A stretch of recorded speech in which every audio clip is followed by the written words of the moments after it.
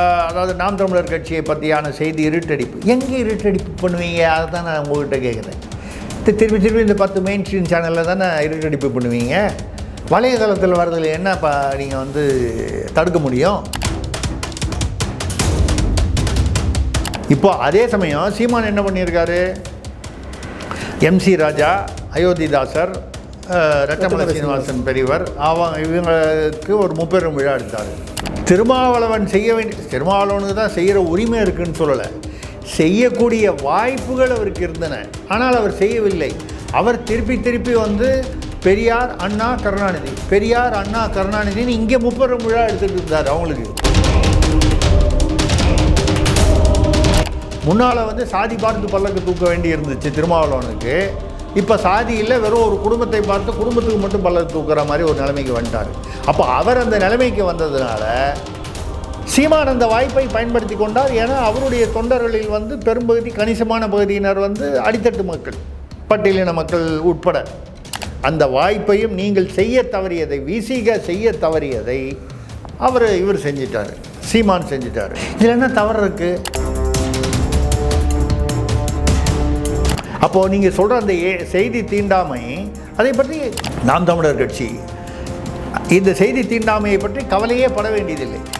அநியாயத்திற்கோ அராஜகத்திற்கோ எதிராக குரல் கொடுப்பவர்களை நீங்கள் வந்து இந்த ஒரு 15 மெயின் ஸ்ட்ரீம் சேனல்லையும் ஒரு 5 பத்திரிகை 10 பத்திரிகைக்கும் காசு கொடுத்து உங்களால் கட்டுப்படுத்தி விட முடியும் என்று நினைத்தால்,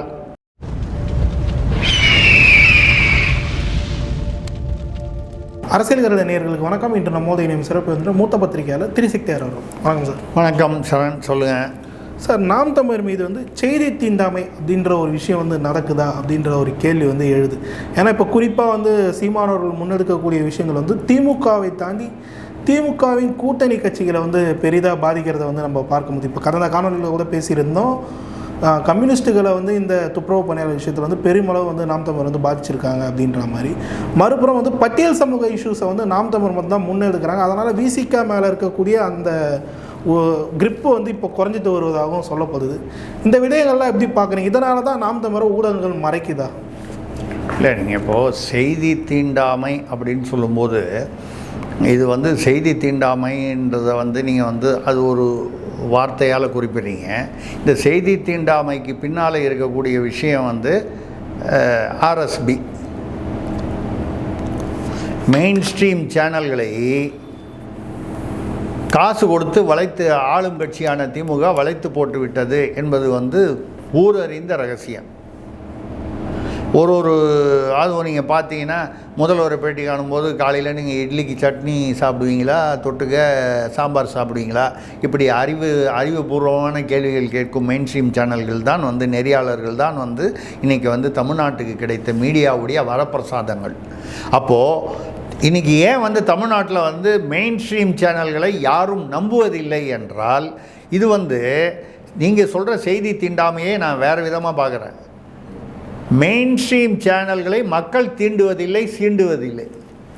அதாவது மக்கள் வந்து மெயின் ஸ்ட்ரீம் சேனல்கள் மீது வைத்திருக்கும் நம்பிக்கை அடிமட்டத்தில் தரைமட்டமாகிவிட்டது. அப்போ அதனால தான் இன்றைக்கி யூடியூபுகள், அதாவது வலைதளத்தில் உள்ள யூடியூபுகள் வளர்ச்சிக்கு காரணம் பார்த்தீங்கன்னா, எனக்கு தெரிஞ்சு ஒரு 500 யூடியூபுக்கு மேலே இருக்கும், இன்னும் கூடவே கூட இருக்கலாம். ஏன்னா எனக்கு வர ஐயா வந்து எங்கள் இதில் நீங்கள் வந்து பேசணும்னு எனக்கு வாரத்துக்கு புதுசாக வந்து கேள்விப்படாத ஒரு 4 யூடியூப்லேருந்து வேறு யூடியூப்லேருந்து எனக்கு கால் வருது. அப்படின்னா நான் பெரிய மனுஷன் நான் நினைக்கல. நான் என்ன நினைக்கிறேன்னா, யூடியூப் வளர்ச்சி வந்து இவ்வளவு அதிகமாக இருக்குது. ஏன் இந்த யூடியூப் வளர்ச்சி இவ்வளோ அதிகமாக இருக்குது? வலைதள வளர்ச்சி தான் யூடியூப் வளர்ச்சி ஏன் இருக்குன்னா, மக்களுக்கு மெயின் ஸ்ட்ரீம் சேனல்கள் மீது இருக்கும் நம்பிக்கை சுத்தமாக பறிபோய் விட்டது. இவங்கெல்லாம் வந்து கூலிப்படை அப்படிங்கிற எண்ணம் வந்துடுச்சு. மெயின் ஸ்ட்ரீம் சேனலை. நம்ம எந்த மீடியாக்காரரையும் வந்து நம்ம வந்து அவர்களை வந்து காயப்படுத்த வேண்டும் என்று சொல்லவில்லை. ஆனால் நீங்கள் காசு வாங்கி கொண்டு யாரை காயப்படுத்துகிறீர்கள்? இந்த சமுதாயத்தை காயப்படுத்துகிறீர்கள், பாதிக்கப்பட்டவர்களை காயப்படுத்துகிறீர்கள், அராஜகம் அட்டகாசம் செய்தும் குற்றவாளிகளோடு கைகோர்க்கிறீர்கள். கைகோர்ப்பவர்களும் நீங்களும் குற்றவாளிகள் தான். அப்போ குற்றவாளிகள் மேல் நம்ம வந்து என்ன, குற்றவாளிகளை வந்து நம்ம வந்து அவனுக்கு மேலே பரிதாபம் காட்டுறது என்ன? அதனால் நான் சொல்கிறது வந்து 1-2 பேர் நேர்மையாக இருக்கிறவங்கள பற்றி நான் பேசலை. மீடியாவில் மெயின் ஸ்ட்ரீம் சேனலில் இன்னும் நேர்மையாக இருக்கிறவங்க இங்கொன்றும் அங்கொன்றுமாக இருக்கிறார்கள். அவர்களை தவிர விலை போன ஆர்எஸ்பி மீடியாக்கள் இது ஒரு விதமான செய்தி தீண்டாமை. நீங்கள் சொல்கிற உங்களுடைய கோணத்தில் கேட்க போனால், அதை பார்க்க போனால், சீமான் அதாவது நாம் தமிழர் கட்சியை பற்றியான செய்தி இருட்டடிப்பு. எங்கே இருட்டடிப்பு பண்ணுவீங்க? அதை தான் நான் உங்கள்கிட்ட கேட்குறேன். திருப்பி இந்த 10 மெயின் ஸ்ட்ரீம் சேனலில் தானே இருட்டடிப்பு பண்ணுவீங்க. வலைதளத்தில் வர்றதில் என்ன நீங்கள் வந்து தடுக்க முடியும்? எல்லோரும் தான் யூடியூப் வச்சுருக்கான். இப்போது ஒன்றுமே யூடியூப்பில் சீமான் பேசுகிறத கட் பண்ணிவிட்டு ஒருத்தன் வந்து அவன் கீழே 2 கமெண்ட்டை போட்டு அவன் போட்டு விட்டுறான். அது பாட்டில் ஓடுது. 1000, 2000, 5000, 10,000 ஓடுது. இதை வந்து உங்களை எந்த திமுகவாலோ எந்த சக்தியாலும் வந்து தடுக்க முடியாது. நீங்கள் என்னமோ பெண் நிறுவனம், ஆண் நிறுவனம்லாம் வச்சுருக்கீங்களே, எந்த நிறுவனத்தாலையும் அதை தடுக்க முடியாது. நீங்கள் ஐடி விங்கில் ஏதாவது புதுசாக ஏதாவது டைவெர்ட் பண்ணுறதுக்கு ஒரு வைரமுத்துவையோ திருமாவளவனையோ வச்சு வைரமுத்துவை விட்டு ராமரை விட்டு திட்ட சொல்லலாம். திருமாவளவனை விட்டு பார்ப்பனியம் எம்ஜிஆர்னு திட்ட சொல்லலாம். அது யாருக்கு? வைரமுத்துக்கு கவலை இல்லைங்க. அவர் வந்து ஒரு பேசுவதற்கு அவருக்கு காசு வாங்கி கொண்டு பேசுபவர், எழுதுவதற்கு காசு வாங்கி கொண்டு எழுதுபவர். நம்ம வந்து குறையாக சொல்லலாம். அது அவருடைய தொழில். எழுத்தாளர், பேச்சாளர், பேச்சுக்கும் எழுத்துக்கும் காசு வாங்குகிறார். அவருடைய பிழைப்பு. அந்த பிழைப்பு வந்து நாகரிகமாக இருக்கிறதா, முறையாடன் இருக்கிறதா, முறை இல்லாமல் இருக்கிறதா, அது வேறு விஷயம். நம்ம அதுக்குள்ளே போகல. வைரமுத்து எழுத்தாளர், பேச்சாளர், அதுக்கு காசு வாங்குறாரு. எழுத்துக்கு தான் வாங்குறாரான்னா, இப்போ எத்தனையோ பேர் பத்திரிகைகள் வந்து எழுதுறதுக்கும் காசு வாங்குறான். சில பேர் ஒரு விஷயத்தை, நெகட்டிவான விஷயத்தை எழுதாமல் இருக்கிறதுக்கு தான் அதிகமாக காசு வாங்குறான். ஸோ அந்த மாதிரி வைரமுத்து வந்து என்ன எழுதுகிறார், என்ன பேசுகிறார் என்பதை யாரோ முடிவு செய்கிறார்கள். ஒரே இந்த தூய்மை பணியாளர் விஷயம்லாம் இருக்க டைவெர்ட் பண்ணணும். டப்புன்னு ராமர் புத்தி சுவாதீனம் இல்லாதவர். உடனே எல்லாருடைய அந்த அட்டென்ஷன் எங்கே போயிடுச்சு? ராமர் பக்கம் போயிடுச்சு. இப்போ வைரமுத்து என்ன பண்ணுவாங்க? ஏற்கனவே அவர் பேரில் 17 பெண்கள் வந்து அந்த இது கொடுத்தாங்க, மீட்டூவில் புகார் கொடுத்தாங்க. வைரமுத்து மேலே கை வைக்க முடிஞ்சுதா? யாரோ ஒரு லிஃப்ட்டு ஆப்ரேட்டரோ வாட்ச்மேனோ அங்கே இருக்கிற அந்த ஃப்ளாட்டில் இருக்கிற ஒரு பொண்ணு பேரில் கை வச்சுட்டான். தப்பு. அதுவும் அது ரைட்டுன்னு நான் சொல்லலை. குற்றமே. அவனை கரெக்டாக அரெஸ்ட் பண்ணுறீங்க, அவனை கரெக்டாக வழக்கு தொடுக்குறீங்க. 17ல் 1 கூட உங்களுக்கு வந்து ஒரு துப்போ அதில் ஒரு சாட்சியமோ ஒரு தரவோ ஒரு ஆவணமோ கிடைக்கலையா? ஏன்னா அவர் வைரமுத்து நமக்கு ஆட்சிக்கு நெருக்கமானவர். நம்ம ஆட்சிக்கு நெருக்கமானவர்கள், நம்ம கட்சிக்காரர்கள், கட்சிக்கு வேண்டப்பட்டவர்கள், அவங்களுக்கு வந்து ஃப்ரீ லைசன்ஸ். என்ன குற்றம் வேணாலும் பண்ணலாம், என்ன வேணால் பேசலாம், என்ன வேணால் எழுதலாம். இப்போ திருமாவளவனும் என்ன, அதாவது திமுக விரித்த வலையில் சிக்கி இருக்கிறார். அதுதான் நமக்கு வருத்தம். திருமாவளவனும் 10 அழகான வலை விரித்தாங்க. இந்த ஆள் வந்து எப்பப்போ நம்மளே வந்து திட்டிகிட்டு இருக்காரு, திருப்பி கூட்டணியே அப்பப்போ வந்து ஏதோ ஒன்று சொல்லிகிட்டு இருக்காரு, கூட்டணியில் பண்ணுறது தப்பு, நாங்கள் கொள்கை அளவில் கூட்டணியில் இருக்கிறோம் ஆனாலும் அப்படின்னு சொல்லி திமுக உடைய நிர்வாக சீர்கேடுகளை அங்கங்கே வந்து இங்கொன்றும் அங்கொன்றுமாக அவரும் பேசிக்கொண்டு தான் இருக்கிறார், இல்லை என்று சொல்ல முடியாது. இப்போ இதிலேருந்து டைவெர்ட் பண்ணோன்னா முதல்ல மக்களை டைவெர்ட் பண்ணணும். யாரை வச்சு டைவெர்ட் பண்ணணும்? இவர் பாட்டில் இமேஜை ஏற்றிக்கிட்டே போகிறாரு திருமாவளவன். நம்ம கூட்டணியில் கொடுத்ததை வாங்கிக்கிட்டு, சீட்டு கொடுத்ததுன்னா நீங்கள் வேறு தான் நினைக்க போகிறீங்க. சீட்டை வாங்கிட்டு பேசாமல் வாயை மூடிக்கிட்டு உட்காராமல் இவர் வந்து கொத்தடிமையாக இருக்க வேண்டியவர் கெத்தாக பேசுகிறாரே, ரைட்டு. இவரை விட்டு ஒரு ஸ்டேட்மெண்ட் விட சொல்லுவோம். டப்புன்னு வந்து எம்ஜிஆர் பார்ப்பனியா, அவர் பார்ப்பனியா? என்னங்க, எம்ஜிஆர் தாங்க முதல்ல சத்யவாணிமுத்து வந்து அங்கே வந்து மத்திய அமைச்சராக. இந்த அம்மா ஜெயலலிதா தான் முதல்ல தனபால் அவர்களை அருந்ததி சமூகத்தை சேர்ந்தவரை வந்து சபாநாயகர் ஆக்கி பெருமைப்படுத்துகிறாங்க. தலித் ஏழுமலை நம்மளே பேசியிருக்கோம். அவர் வந்து எம்பி பொது தொகுதியில் நிற்க வச்சு எம்பி ஆக்குனாங்க. இப்படி எவ்வளோ விஷயங்கள் வந்து அவங்கவுங்க வந்து அவங்களுடைய பீரியடில் வந்து நல்லது பண்ணியிருக்காங்க. தலித் இனத்தவர்களுக்கு சேர்ந்தவர்களுக்கு என்னெல்லாம் செய்யணும். 69% யார் வாங்கி கொடுத்தா? ஜெயலலிதா வரும். பாப்பாத்தின்னு சொல்கிறீங்களே, அந்த ஜெயலலிதா தான். அந்த அம்மா ஆனால் தைரியமாக சொல்லுச்சு, ஆமாம் நான் ஒரு பாப்பாத்தி. என்ன கூட சொல்லுவாங்க, நான் பேசணும் ஒன்று எனக்கு கமெண்ட்டில் பாருங்கள், எவனா திமுககாரன் வந்தானா பாப்பான் பார்ப்பனன். ஆமாம், எதையும் பகுத்து பார்ப்பவன் தான் பார்ப்பான். ஏன் அவன்லாம் வந்து அமெரிக்காவில் ஆஸ்திரேலியாவிலையும் அவனை கூப்பிட்றாங்க, போகிறான், எல்லா இடத்துலையும் வந்து அவன் பதவிக்கு போகிறான். ஒன்றும் இல்லை, கல்வின்னா என்ன? அறிவு இருக்கிறது ஒரு தப்பா? அதை வந்து ஒரு சாதி ரீதியாக வந்து நீங்கள் என்ன பண்ணீங்க? நீதி கட்சின்னு ஆரம்பித்தது பூரா தமிழர் தாய்மொழி தமிழர் அல்லாத மேனனும் தெலுங்குக்காரங்களும் மற்றவங்களும் தான் ஆரம்பித்தாங்க. அதில் இருந்த ஒரே தலித்து புள்ளி வந்து MC ராஜா. அவர் என்ன பண்ணார்? நீதி கட்சியிலேருந்து இங்கே வந்து தலித்துகளுக்கு நியாயம் கிடைக்காதுன்னு சொல்லி வெளியே வந்தார். உங்கள் லட்சணம் எங்கே? அங்கேயே தெரிஞ்சு போச்சு. ஈரோட்டுக்கும் முன்னாலேயே தெரிஞ்சு போச்சு. அதுக்கப்புறம் ஈரோட்டில் வந்து ஈரோட்டுக்காரர் உங்கள் மானத்தை வந்து நீங்கள் திமுக பிரிஞ்சு போனபோது ஏறக்குறைய உங்களை நிர்வாணப்படுத்தி விட்டார். இன்னி வரைக்கும் 21ஆம் பக்கம் பேசிக்கிட்டு இருக்காங்க. இப்போ அதே சமயம் சீமான் என்ன பண்ணியிருக்காரு? MC ராஜா, அயோத்திதாசர், ரெட்டமலை சீனிவாசன் பெரியவர், இவங்களுக்கு ஒரு முப்பெரும் விழா எடுத்தார். இதை யார் செஞ்சுருக்கணும்? திருமாவளவன் செஞ்சிருக்கணும். திருமாவளவன் செய்ய திருமாவளவனுக்கு தான் செய்கிற உரிமை இருக்குதுன்னு சொல்லலை, செய்யக்கூடிய வாய்ப்புகள் அவருக்கு இருந்தன. ஆனால் அவர் செய்யவில்லை. அவர் திருப்பி வந்து பெரியார் அண்ணா கருணாநிதின்னு இங்கே முப்பெரும் விழா எடுத்துகிட்டு இருந்தார். அவங்களுக்கு இவங்களுக்கு வந்து இந்த பல்லக்கு தூக்குவதற்கே அவருக்கு வந்து தோல்வலி வந்து அதிகமாக இருக்குது. நீங்கள் எதுக்காக வந்து அம்பேத்கர் வந்து பாடுபட்டார்? எதற்காக ரெட்டமலை சீனிவாசன் அவர்களோ, அதுக்கு முன்னால் சுவாமி சகஜானந்தா அவர்களோ, அங்கே வடநாட்டில் வந்து அவங்க சாவித்திரிபாய் பூலே, அவங்க பூலே கணவன் மனைவி தம்பதியினர் வந்து அவர்களெல்லாம் பாடுபட்டார்களோ, என்னென்னால் நீங்கள் யாருக்கும் பல்லக்கு தூக்க வேண்டியதில்லை, நீங்கள் பல்லக்கு தூக்கும் அடிமைகள் இல்லை. இது தானே. யார் நீங்கள் இந்த தலித்தியத்துக்காக பட்டியலினத்திற்காக பாடுபட்டவர்கள் தமிழ்நாட்டில் இருந்தவர்களோ இல்லை வடநாட்டில் இருந்தவர்களோ மற்ற மாநிலங்களில் இருந்தவர்களோ இதை தானே சொன்னாங்க. நீங்கள் யாருக்கு பல்ல தூக்குனா என்ன?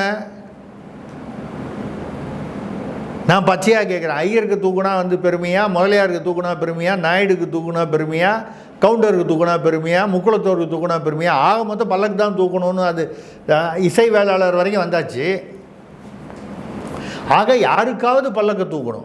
முன்னால் வந்து சாதி பார்த்து பல்லக்கு தூக்க வேண்டி இருந்துச்சு திருமாவளவனுக்கு. இப்போ சாதி இல்லை, வெறும் ஒரு குடும்பத்தை பார்த்து குடும்பத்துக்கு மட்டும் பல்லக்கு தூக்குற மாதிரி ஒரு நிலைமைக்கு வந்துட்டார். அப்போ அவர் அந்த நிலைமைக்கு வந்ததுனால சீமான் அந்த வாய்ப்பை பயன்படுத்தி கொண்டார். ஏன்னா அவருடைய தொண்டர்களில் வந்து பெரும்பகுதி கணிசமான பகுதியினர் வந்து அடித்தட்டு மக்கள், பட்டியலின மக்கள் உட்பட. அப்போ அந்த இது அவர் அது என்ன சொல்கிறது, அதை ஹைஜாக் பண்ணிட்டார். ஹைஜாக்னா நான் சொல்கிறது, அந்த வாய்ப்பையும் நீங்கள் செய்ய தவறியதை, விசிக செய்ய தவறியதை இவர் செஞ்சிட்டார், சீமான் செஞ்சிட்டார். இதில் என்ன தவறு இருக்குது? நல்லது யார் செய்தால் என்ன, வரவேற்க வேண்டியது தானே. தமிழ்நாட்டு மக்களுக்கு வந்து நீங்கள் வந்து யார் யார் நல்லது செஞ்சாங்கன்னு கேட்டால் இன்றைய தலைமுறை பொதுவான அது என்ன வந்து பட்டியலினத்து தலைவர்களை பற்றி வந்து பட்டியலினத்தில் இருக்கிறவங்களுக்கு மட்டும்தான் தெரியணும்னு அவசியமா? எல்லாருக்கும் தெரிய வேணாமா? தமிழ்நாட்டு ஒரு இந்த சமுதாயத்திற்காக பாடுபட்டவர்கள் ரெட்டைமலையார் அவர்கள், இவர் அயோத்திதாசர், MC ராஜா அவர்கள், சகஜானந்தா அவர்கள், இப்படி யார் வேணாலும் நீங்கள் சொன்னாலும் இவர்களுடைய பணிகள் வந்து எல்லா சாதியினருக்கும் பொதுவாக தமிழர்கள் அனைவருக்கும் தெரிய வேண்டும் என்பது தானே வந்து நியாயம். இப்போ சீமானா தானே பண்ணியிருக்காரு, அது எடுத்துட்டார்.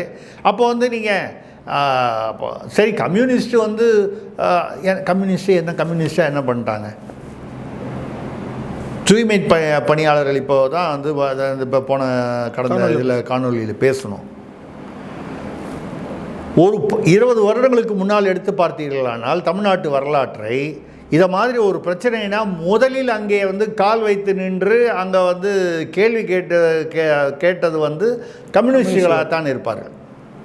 ஏனென்றால் தொழிலாளர்கள், உழைக்கும் தொழிலாளர்களுக்காகவே உருவான கட்சி அது.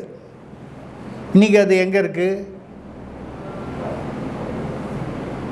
ஏதாவது ஒரு கம்யூனிஸ்ட் தலைவர் அங்கே போய் நின்னாரா அந்த தூய்மை பணியாளர்கள் விஷயத்தில்? போராட்டம் நடத்துனாங்களா பெருசாக? ஏதோ அங்கேயும் இங்கேயுமா ஒரு பேருக்கு ஒரு குரல் எழுப்பினாங்க. அப்போது நீங்கள் செய்தி தீண்டாமை வந்து செய்கிறாங்க, அரசு இல்லைன்னு நான் சொல்லலை. அந்த செய்தி தீண்டாமை என்னங்க? ஒன்றும் இல்லைங்க, டிஐபிஆர் செய்தி தொடர்பு துறையிலேருந்து இது வராது, விளம்பரங்கள் வராது. எந்த யூடியூப்பும் செய்தித்துறையுடைய விளம்பரத்தை நம்பி இல்லை.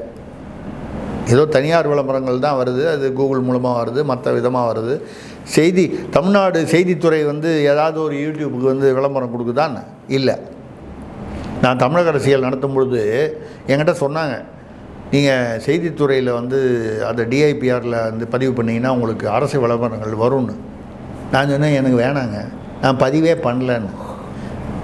ஏன் அப்படின்னு சொன்னால், பதிவு பண்ணி 4 விளம்பரம் கொடுப்பான் வருஷத்துக்கு. கொடுத்துட்டானா 40 விஷயம் அவன் சொல்கிறத எழுதணுமா இல்லை எழுதக்கூடாதுமா. எனக்கு வேண்டியதில்லை. அவங்ககிட்ட போய் நான் வந்து எந்த ஆட்சி இருந்தாலும், நான் வந்து திமுக ஆட்சி அதிமுக ஆட்சின்னு பிரித்து பார்க்கல. ஏன் அந்த விளம்பரம்? என் பத்திரிக்கை வந்து நல்லா இருக்குது, அதில் சொல்வது வந்து உண்மை சொல்லப்படுகிறதுன்ற நம்பிக்கை மக்களுக்கு ஏற்பட்டால் ஆட்டோமேட்டிக்காக விளம்பரம் கொடுக்குறவன் வந்து கொடுப்பான், படிக்கிறவன் வந்து படிப்பான். படிச்சுட்டு நேயர்கள், வாசகர்களை நம்பி நம்ம பத்திரிகை நடத்துவோம். அரசாங்கத்தை நம்பி நான் பத்திரிகை நடத்தவே இல்லை. நான் 15 வருடங்கள் நடத்திய போது என்னை அறிந்தவர்கள், என் பத்திரிகை அறிந்தவர்கள் இன்றைக்கும் வந்து நான் போனால், சார் அந்த கார்கோடன் கட்டுரெல்லாம் இன்றைக்கும் மிஸ் பண்ணுறோம் சார் அப்படின்னு பேசுகிறவன் இருக்கான். ஏன்? அப்போது நீங்கள் சொல்கிற அந்த செய்தி தீண்டாமை, அதை பற்றி ஒரு சிறிதளவும் கவலைப்பட வேண்டியதில்லை. நாம் தமிழர் சொல்கிறீங்க, நாம் தமிழர் கட்சி இந்த செய்தி தீண்டாமையை பற்றி கவலையே பட வேண்டியதில்லை. நீங்கள் மெயின் ஸ்ட்ரீம் சேனல் இது இல்லாமலேயே மெயின் ஸ்ட்ரீம் சேனலில் வந்து திமுகவில் வந்து செய்தி தொடர்புத்துறை என்ன சொல்லுதோ, இல்லை ஆட்சியாளர்கள் வந்து அந்த ஓனர்கள் வந்து அப்படி இருக்க மாட்டாங்க. இப்போ நீங்கள் CNN 18 எடுத்துங்க ஒரு உதாரணமாக, நியூஸ் 18 தமிழில் யார் அது? அம்பானி, இது ரிலையன்ஸ் குழுமத்து. அம்பானி வந்து தினம் வந்து என்ன செய்தி போடணுன்னு தொகுத்து சொல்ல போகிறாரா, இல்லை போடாதுன்னு சொல்ல போகிறாரா? ஏதோ நடக்குதா? ஏன்பா லாபத்தில் நடக்குதா நஷ்டத்தில் நடக்குதா? நஷ்டமா? அது ஒரு லாபமாக பாருங்கப்பா, லாபமாக இன்னும் கொஞ்சம் அதிகமாக வருமா பாருங்கப்பா, கொஞ்சம் வியூவர்ஷிப், அவ்வளோதான். ஒரு முதலாளியாக அதானே. அது மாதிரி ஒரு சேனலும் யாரோ நடத்துகிறாங்க. திமுக சார்பான சேனல்களை விட்டுருங்க. இப்போது மக்கள் டிவி வந்து மக்கள் வந்து எந்த பக்கம் வரப்போதா, அப்பா பையன் வருமா, பையன் பக்கம் வருமானு தெரியாது, அங்கே வேறு பிரச்சனையில் இருக்குது. மற்ற திருமாவளவன் ஒரு டிவி ஆரம்பித்தார், வெளிச்சம் டிவின்னு. இருக்கிறதுலையே இருட்டாக இருக்கிற டிவி அதான். நீங்கள் எப்பாவது சமீபத்தில் மனசை தொட்டு சொல்லுங்கள், வெளிச்சம் டிவியை வந்து ஓப்பன் பண்ணி பார்த்துருக்கீங்களா? இல்லை, நான் பார்க்கல, சத்தியமாக பார்க்கல. ஏன்னா என்ன வருதுன்னே தெரியல. நம்ம வந்து பார்க்கக்கூடாதுன்னு நினைக்கல. அங்கே நல்ல ப்ரோக்ராம்ஸ் தான் நம்ம பார்ப்போம். ஏன்னா நம்ம வந்து எவ்வளவுக்கு எவ்வளவு வந்து நம்ம வந்து செய்திகளையும் தரவுகளையும் இதையும் வந்து நம்ம சுற்றி நடப்பதையும் தெரிஞ்சுக்கிறோமோ அவ்வளோக்கு அவ்வளோதான் நான் அரசியலில் வந்து ஒரு ஆர்வலராகவோ ஆய்வாளராகவோ பேச முடியும். அப்படி இருக்கும்பொழுது நீங்கள் வந்து இந்த செய்தி தீண்டாமைன்னா இவங்க என்னை தீண்டாமை பண்ணுறது? அப்போ நாம் தமிழர் வந்து ஒரு நாம் தமிழர் கட்சி வந்து என்ன நினைக்கணும்னா, இவங்க யார் என்ன செய்தி தீண்டாமை பண்ணுறது? ஏற்கனவே செய்தி தீண்டாமை வேற ஒரு பெயரில் வந்து நீங்கள் அவங்களுக்கு கையூட்டு கொடுப்பதன் மூலமாக அவர்களை உங்களுடைய கட்டுப்பாட்டில் வைத்திருக்கிறீர்களே, அப்போவே வந்து ஆட்டோமேட்டிக்காக அந்த செய்தி தீண்டாமை வந்துவிட்டது. உங்களுக்கு வேண்டாதவர்களை பற்றி நல்ல செய்திகள் வரக்கூடாது, அதானே? வேண்டியவர்களை பற்றி நல்ல கெட்ட செய்திகள் வரக்கூடாது, வேண்டாதவர்களை பற்றி நல்ல செய்திகள் வரக்கூடாது. மக்களிடையே வந்து அவர்களுக்கு ஒரு இமேஜ் ரைஸ் ஆகிற மாதிரி வரக்கூடாது. ஏன் கவலை பண்ணும்? எல்லா யூடியூப் சேனலு, எல்லா மற்ற வலைதளங்கள்லாம் வந்து என்ன பரவணுமோ அதுதானே வருது. இனி யார் வந்து செய்தி சேனலை பார்க்குறா? ஆக இந்த செய்தி தீண்டாமை என்பது கவலைப்பட வேண்டியது. கம்யூனிஸ்டுக்காரெல்லாம் கவலை பண்ணும். இன்றைக்கி தொழிலாளர்னால் வந்து கம்யூனிஸ்ட் கட்சின்னு இருந்தது போக தொழிலாளருக்கு இதுக்கு சம்மந்தமே இல்லை அப்படின்னு வரக்கூடிய அந்த ஒரு கம்யூனிஸ்ட் கட்சிகளுக்கும் தொழிலாளர்களுக்கும் சம்மந்தமே இல்லைன்னா கம்யூனிஸ்ட் கட்சி நாளுக்கு நாள் இன்னும் சுருங்கி கொண்டே வருகிறது. அநேகமாக 2031 அதுக்கப்புறம் 36 பார்த்தீங்கன்னா தமிழ்நாட்டில் கம்யூனிஸ்ட் கட்சியே இல்லாமல் போகலாம், கரைந்து விடலாம். கரைந்து விடணும்னு நம்ம எண்ணம் இல்லை. நம்ம இன்னும் வலுப்பெறணும், இவர்கள் உழைப்பாளர்களுக்காகவும் தொழிலாளர்களுக்காகவும் குரல் கொடுக்க வேண்டும் பழையபடின்னு தான் நம்ம விருப்பப்படுறோம். ஆனால் நடக்கிறத பார்த்தா அப்படி தெரியல. அதனால் செய்தி தீண்டாமை என்பது எதிர்பார்க்கக்கூடியது தான். ஆனால் அந்த தீண்டாமை எங்கே பண்ண முடியும்னு சொன்னால் மெயின் ஸ்ட்ரீம் சேனல் வரைக்கும் தான் பண்ண முடியும். வலைதளங்களுக்கு செய்தி தீண்டாமை பண்ண முடியாது. வலைதளம்னா யூடியூப்பில். அதனால் இன்றைக்கி 75% மக்கள் பொதுமக்கள் வந்து யூடியூப் செய்திகளை தான் பார்க்கிறார்கள்.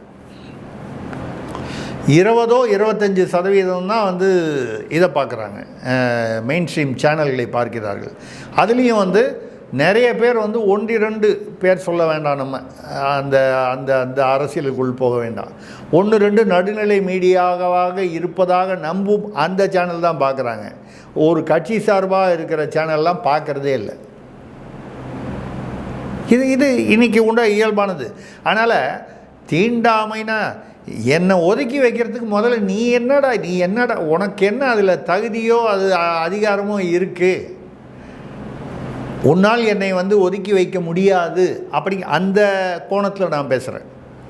நாம் தமிழர் கட்சியை மட்டும் இல்லை, அதாவது எதிர்ப்பு குரல், அநியாயத்திற்கோ அராஜகத்திற்கோ எதிராக குரல் கொடுப்பவர்களை நீங்கள் வந்து இந்த ஒரு 15 மெயின் ஸ்ட்ரீம் சேனல்லையும் ஒரு 5 பத்திரிகை 10 பத்திரிகைக்கும் காசு கொடுத்து உங்களால் கட்டுப்படுத்தி விட முடியும் என்று நினைத்தால் திராவிட முன்னேற்ற கழகம் ஆட்சியாளர்கள் ஏமாந்து போவார்கள்.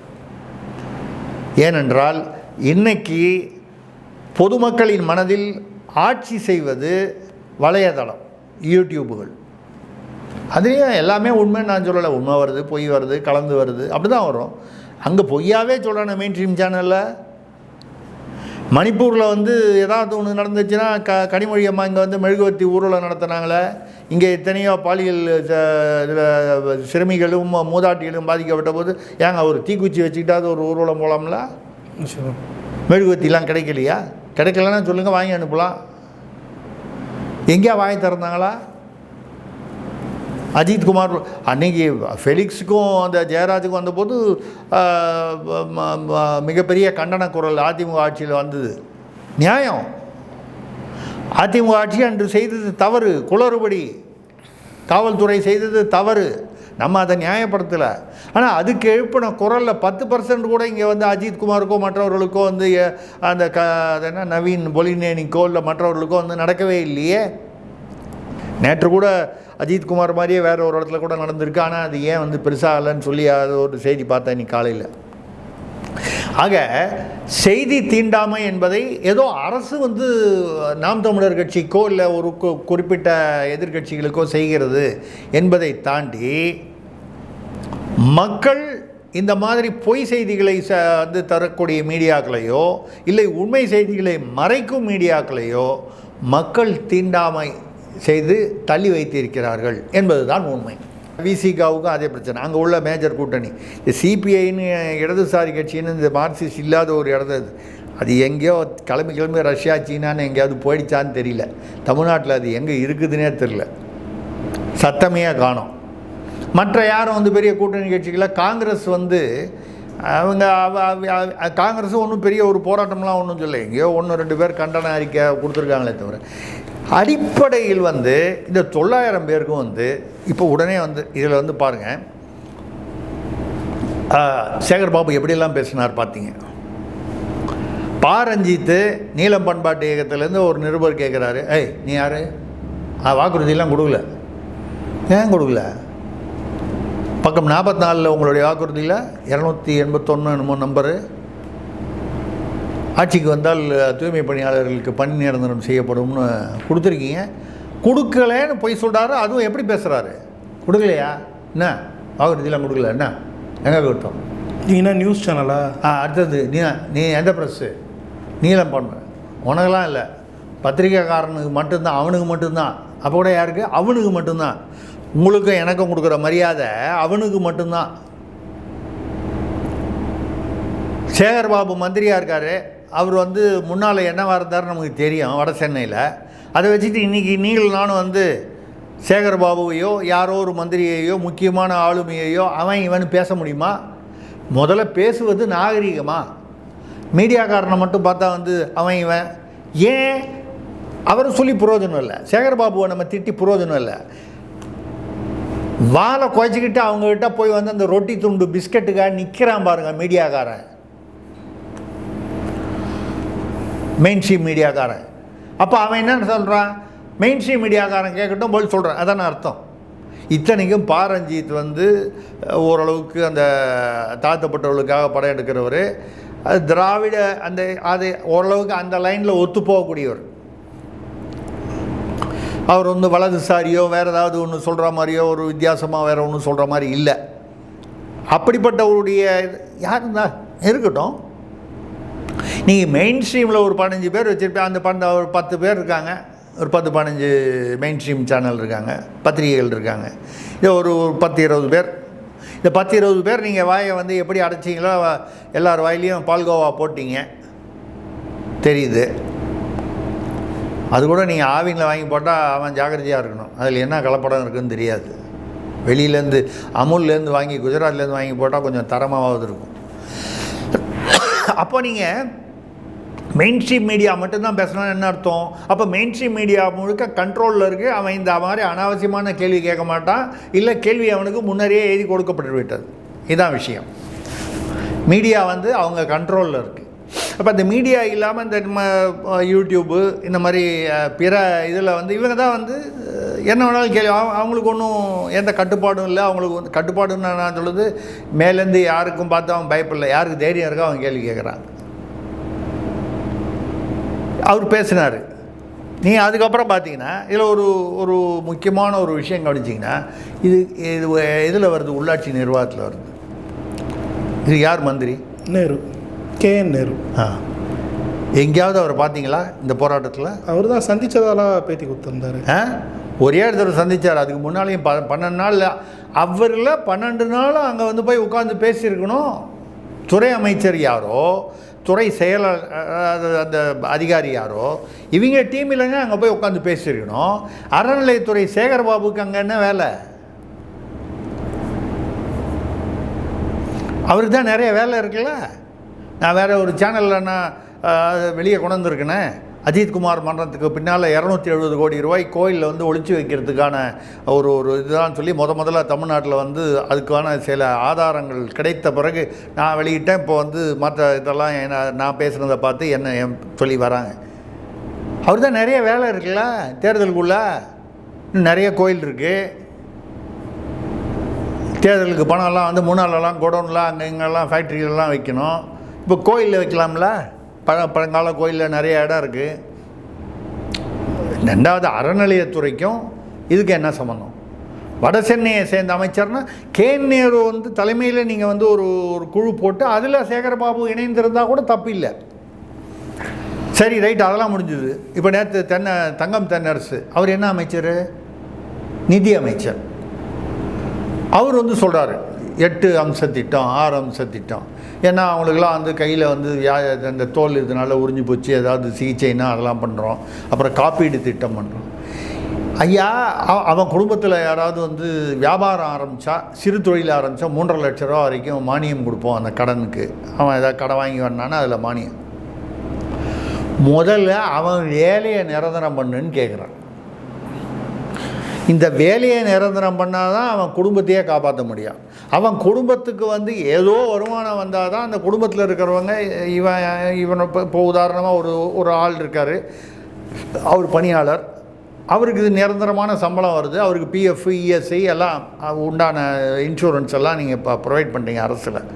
அப்போ அவன் பொண்டாட்டியோ பிள்ளையோ பொண்ணோ அவங்க குடும்பத்தில் யாரோ ஒரு சிறு வியாபாரம், ஒரு கடை வச்சு பிழைக்கலாம், வேறு ஏதாவது ஏதோ ஒரு சிறு தொழில்கள், அங்கே நீங்கள் மானியம் கொடுக்குறீங்க, கடன் கொடுக்குறீங்க, இதெல்லாம் ரைட்டு.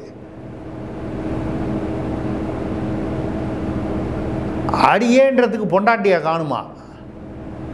ஆம்பளை குழந்தை பிறந்தா அருணாச்சலன்னு பேர் வைக்கிறேன்னு சொன்னான்.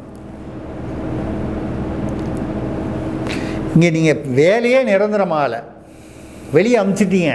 அவன் தனியாரில் 40 வயசுக்கு மேலே யாரையும் சேர்த்துக்க மாட்டான்றான். நல்லா தெரியுது அவனுக்கு 10-15 வருஷம் சர்வீஸ் ஆனவங்க தான் அங்கே இருக்காங்கன்னு. அப்போ அநேகமாக 3/4 பேருக்கு மேலே 40 வயசு தாண்டினவங்க.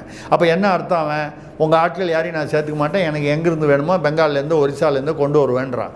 நீங்கள் தானே வடக்கன், பானிபூரி வாயன், பீடா வாயன் பேசுனீங்களா இல்லையா? இப்போது அந்த அந்த அந்த கம்பெனியும் வடக்கு கம்பெனி, அவன் கொண்டு வர போகிறதும் வந்து வடக்குலேருந்து. அப்புறம் வடக்கர்கள் இங்கே வந்து விட்டாங்க, அவங்க வந்து இங்கே வந்து ஓட்டு போடுறாங்க. ஆமாம், ஏன் ஓட்டு போடுவான்? நீ தான் வடக்கு கம்பெனியாக பார்த்து கான்ட்ராக்ட் கொடுக்குற, காசு கொடு. ஏன்னா இங்கே உள்ளவன் காசு கொடுத்துட்டு எங்கேயா வெளியே வாயை விட்டான்னா, ஆனால் டெல்லியிலேருந்து வரவன் பாம்பேலேருந்து வரவனை கொடுத்துட்டா. இப்போ இதுக்கு மட்டும் வடக்கன் பரவாயில்லையா? மற்றதுக்கெலாம் வடக்கன்னு சொல்கிறீங்க. நான் வந்து வடக்கன் வந்து சரி தவறுன்னு சொல்லலை. நீங்கள் டாஸ்மாக திறந்து இங்கே உள்ள தமிழ் இளைஞர்களை வந்து குட்டிச்சவராக்குனதுனால தான் வடக்கம் உள்ளே வர வேண்டிய வாய்ப்பை ஏற்படுத்தி கொடுத்தது திராவிட கட்சிகள் தான், அதுலேயும் குறிப்பாக திமுக. ஏன்னா திமுக வந்ததுக்கப்புறம் தான் டாஸ்மாக் வியாபாரம் பொங்கி பெருகி மங்களமாக நடந்து கொண்டிருக்கிறது. அப்போது இது வந்து நீங்கள் அதெல்லாம் கொடுத்துட்டு இப்போ பாருங்கள், அதில் இவர் தங்கம் தென்னரசு வந்து திட்டம்லாம் சொல்கிறார். நிதியமைச்சர் எதுக்கு சொல்லணும்? உள்ளாட்சித்துறை தானே. அப்போ என்ன, அங்கே ஒரு பெரிய பிரச்சனை ஓடிக்கிட்டு இருக்கு. K Nehru versus Stalin. நான் சொல்கிறது உங்களுக்கு விளங்குதுங்களா? ஸ்டாலின்னா ஸ்டாலின் குடும்பம். ஏற்கனவே நம்ம முன்னால் பேசியிருக்கோம். ஒரு தடவை வந்து மாப்பிள்ளை போய் பார்த்துட்டு போங்கன்னு ஏதோ ஒரு ப்ராஜெக்ட் விஷயத்தில் சொன்னபோது, மாப்பிள்ளை யாருங்க, அவர் என்ன கட்சியில் இருக்காரா ஆட்சியில் இருக்காரா, அவர் எதுக்கு பார்க்கணும்? இல்லை அவரை பார்த்தா தான் அது சரியாகும்னு ஏதோ சொன்னோன்னு, தலைவரை என் பின்னால் 40 எம்எல்ஏ இருக்காங்கன்னு கே நேரு சொன்னதாக ஒரு தகவல் வெளியில் உலாவுது. இது ஒரு 1.5 வருஷம் 2 வருஷமாக. இப்போ நாங்கள் நடக்கிறதெல்லாம் பார்த்தீங்கன்னா கேஎன் நேருவுக்கு வந்து கொஞ்சம் கேஎன் நேருவை ஓரங்கட்ட ஏற்பாடுகள் வந்து நடக்கிற மாதிரி வந்து சொல்கிறாங்க. சார், பல்வேறு தெளிவாக வணக்கம், நன்றி.